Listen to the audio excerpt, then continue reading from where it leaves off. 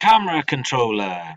Right, so at this point, when we actually run our game, our player can kick the ball, but it can't go outside of this rectangle, which is our main camera, without it kind of that camera following us. So if the camera's stuck in this position and we lose the ball, we lose the player if they go out of it.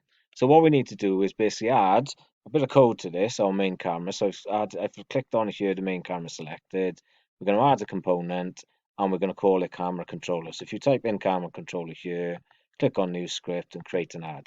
And that will then generate a bit of script for us, which is the basic stuff as we can see here, which we're going to double click then and open up in Visual Studio. Now I don't know why it's doing this. Really don't know. So I'm just going to double click. Oh, there we go. It's loaded up for us. So first things first, then I'm going to get rid of those top two lines. Again, no particular reason why I'm doing this. Just makes it a bit kind of tidier. And I'm going to get rid of those bits as well.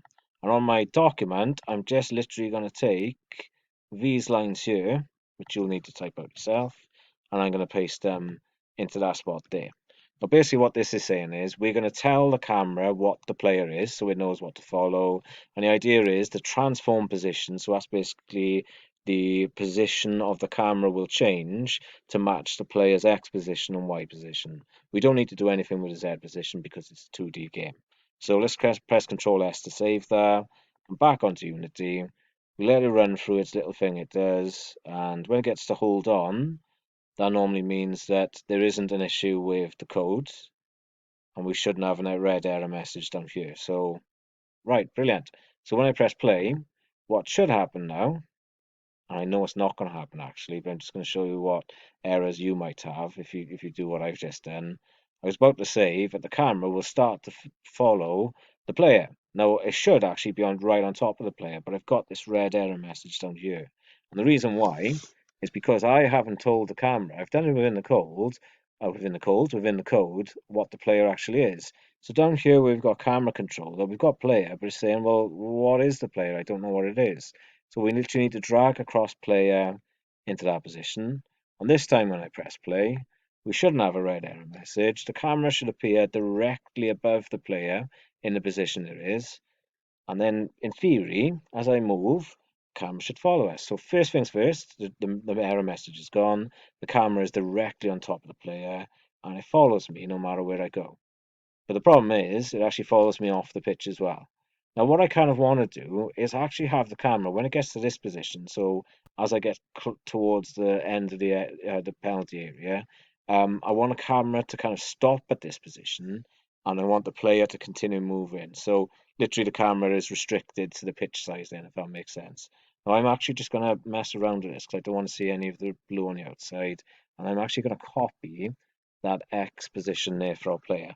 And in fact, this is the X position for the camera, but it's the same thing because it's following it along.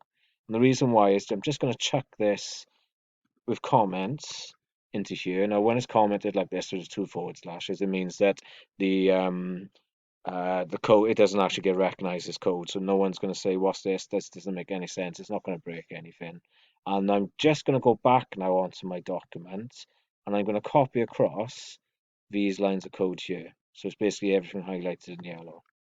And I'm going to replace all of these lines here. Now, basically what this does, and I'm going to comment a lot of these out first, so we're not actually looking at this chunk of stuff here. Well, basically what this does, it basically locks the camera to to the position of the player. But if it actually goes towards the left goal line, or the right goal line, or the top, what's the word I'm looking for? The top touchline or the bottom touchline, the camera won't continue, the player will, but the camera will stop moving. It'll actually stop at that stage. And that number I nicked basically, which is from here. I'm going to control X there and basically get rid of those comments because I don't need them anymore. I'm just going to change that X position here to that. And I'm also going to do the same for this bit here.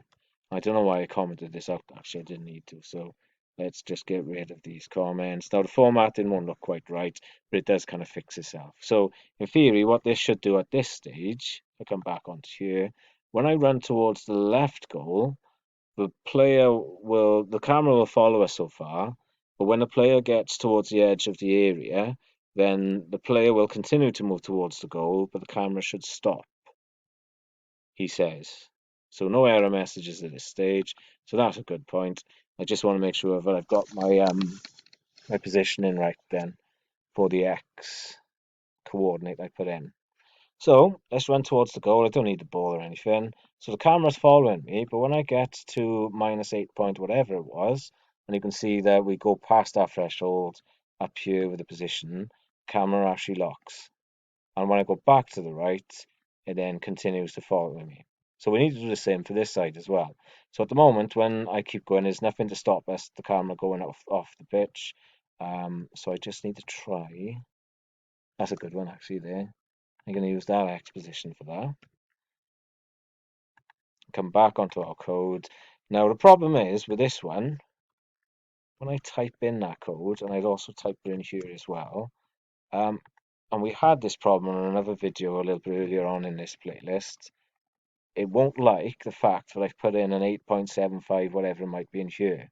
So what I'm going to need to do is add a float called right goal.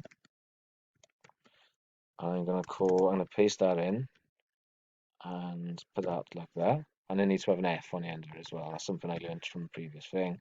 And I'm just going to change this so it says right goal. I'm just going to save that as well. So let's go back. And if I didn't do that float thing, then it would give me an error message to say we don't like the 8.7, whatever it was, in that bracket with those other bits. So that's why I had to do that little bit of extra code. Now if I play this, I'm just going to head straight towards the right goal. And we haven't had any error messages, so that's promising. And when it loads up, we know it works to the left, and let's just check it works to the right. Yep, it does. So what I also need to do is the bit going up. So I'm going to look at maybe that position for Y, 8.18, whatever it is. Make myself a float for top touchline. I'll also do a float for bottom touchline, and then I will change these figures here, the 8 and the 8, to fit the top touchline, and the bottom one, which is this one here, the -8 and -8. I think that's the right way around for top touchline or bottom touchline, whatever it is. Get rid of all the comments, and then the camera should follow me around. Now it is a little bit flawed this, because when you run towards the corner flag, and you come back from it, it goes a little bit glitchy. So that's something I need to fix in the future. But at this point, that's how you get the camera to follow the player. Now the next thing will be to stop the ball actually running off the pitch and be able to make goals.